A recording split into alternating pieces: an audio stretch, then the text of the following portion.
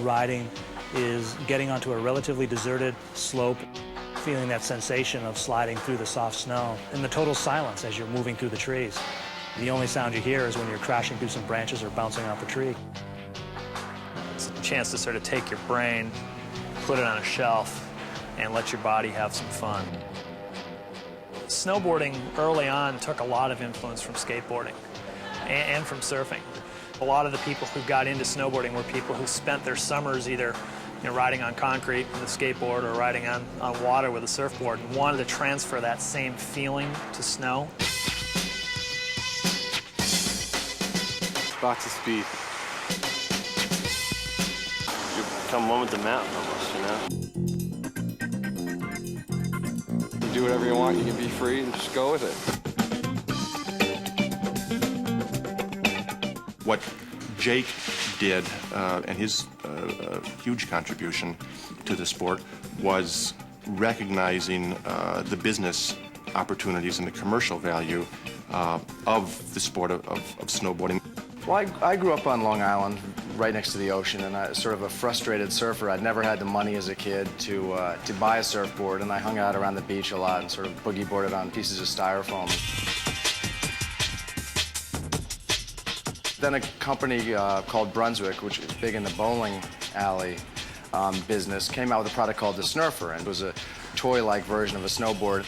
And the minute I got on this product and could do it, it was just really interested me and grabbed me.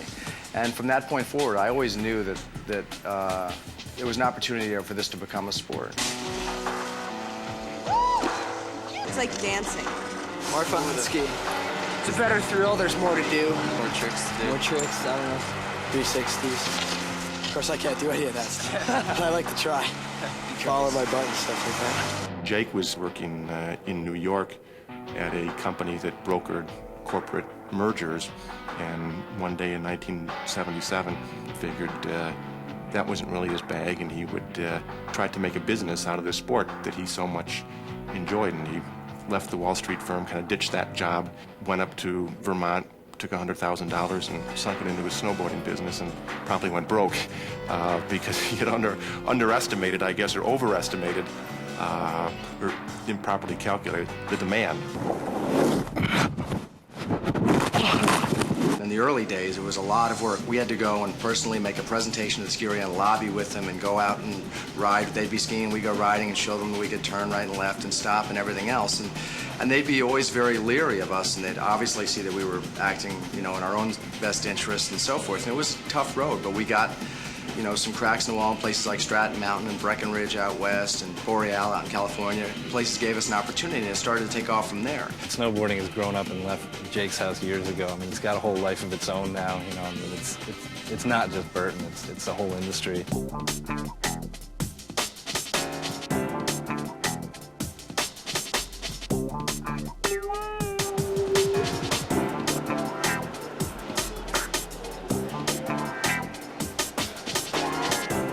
Hi, Burton Snowboards.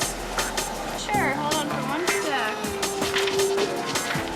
What we do is we live the sport, and we have people within the company that live the sport, and also people that embody the demographic that we're marketing to and have a good representation there. And then it all comes very naturally. Most of us here at this company ride much more than the average person rides. And that's a goal here that everyone has, is to spend as much time as they can on snow. It's everything. It's my whole community.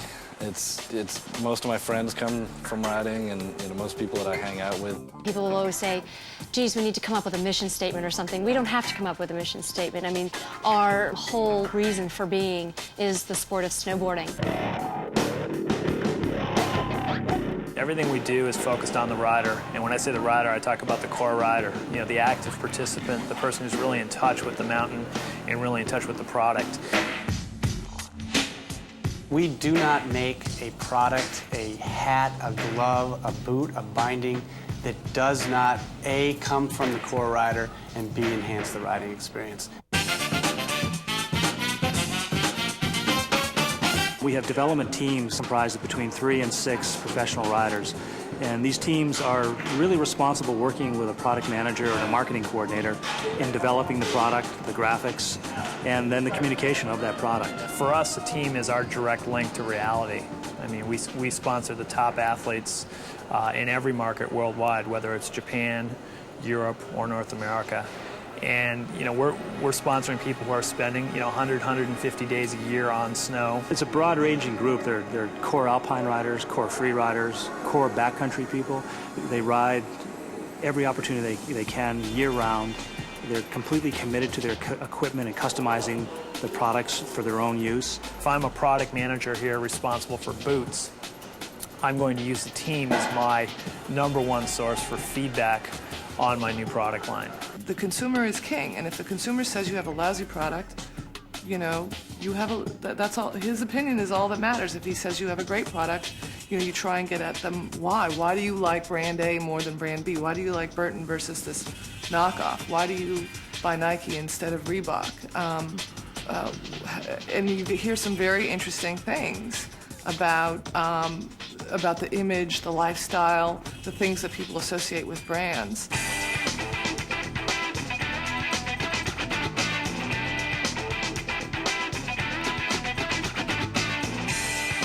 The ultimate job of anyone who's in charge of the marketing is to determine what the most efficient mix is for the given product and the product categories. The team is a huge portion of that mix. A typical pro athlete is not only a competitor and a rider, but they are a spokesperson. They can go out and, spread the message with respect to Burton and the sport. In addition to the team, we spend a lot of money on POP, POS, in-store type things. A lot of money goes into hang tags and packaging. Once people are in the store, we're trying to develop pieces that will help educate people on the floor so they can make the purchase.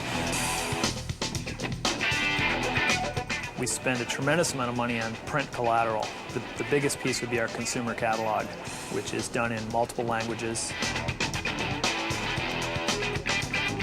The sport can be intimidating to the uninitiated. It's a different lifestyle, it's a different grouping of products. So we developed this catalog that we gave to our dealers that they can hand out called the Virgin Catalog. It just basically says what to look for, how to look for it, what questions to ask. Kind of like written from the perspective of someone who rides, and if their buddy came up and said, I'm thinking of getting into this sport, what should I think about it? And then on top of all that, we also spend a fair amount of money on print advertising, primarily vertical consumer publications, Trans World Snowboarding, Snowboarder, skateboarding magazines, surfing magazines, things like that.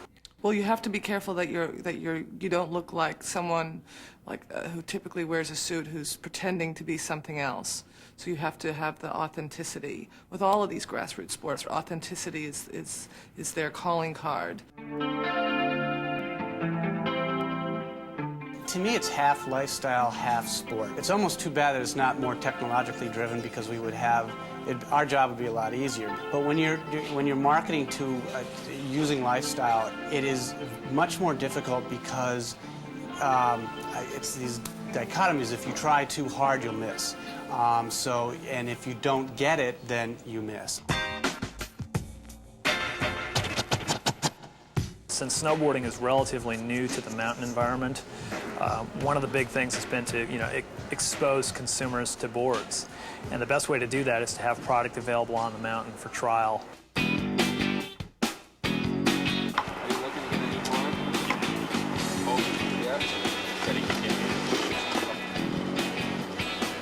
All right, here you go. Have a good time. Ready? I'll be here. Okay. Getting people on product on snow is really the way to, convince them that this is the product to buy. It's really sampling, pure and simple. It's the same as getting a box of Fruit Loops attached to your doorknob. You take it and use it, and if you like it, then you'll buy it. And if not, there's no amount of advertising in the world that's going to get you to buy it.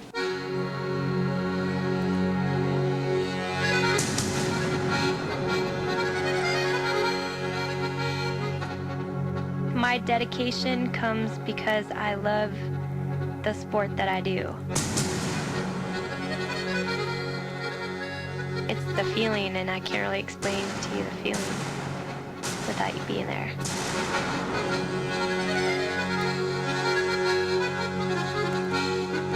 People are much more hit with video and with magazines. That's where your core audience is. Obviously, TV can reach people that are either just getting into the sport or don't know about the sport. But as it stands right now, we don't run a lot of spots. Typically with any subculture, when you're trying to reach a subculture, you don't use mainstream media, so you're not going to take out big television ads.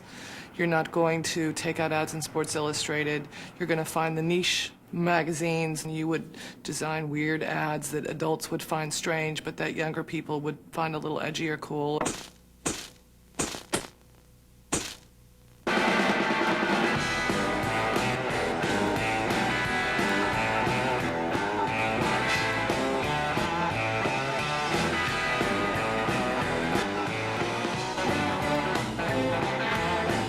Video, it's a great way to communicate with riders. In the absence of really having a lot of primetime TV, it's really the best way for riders to check out what everybody else is doing around the world.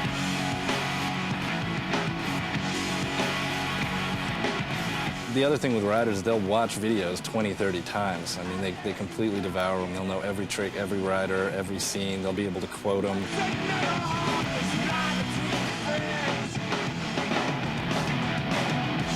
People play them in shops all the time, like we do here. I mean, it's just great background. It gets people psyched. It shows what's happening in the sport.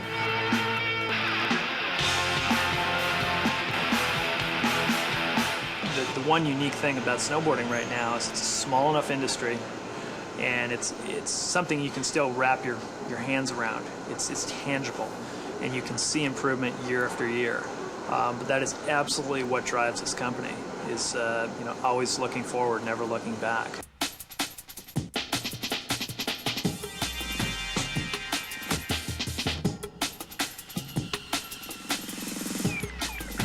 Competition has gone in and out of favor. The U.S. Open has been around for years, and we started it because I was tired of hearing all these riders say to each other that they were better than the other guy. And that's grown, and that's a terrific competition. But in the mainstream world, the Olympics is going to be a very interesting phenomena for us to deal with. It's going to fully mainstream the sport, and there's going to be some regimentation brought in that comes along with the Olympics, which has never been around snowboarding. When anything like that has started to happen, it's been pushed out very quickly. Jake and Burton Snowboards, they very much, I think, want the sport to retain the edge that it has, because that's what makes it appealing to the market demographics that they're going at. So if the last 20 years have been fascinating. I mean, inside the industry, the next 5 years or decade, with the exposure to the Olympics and everything, will be even that much more challenging.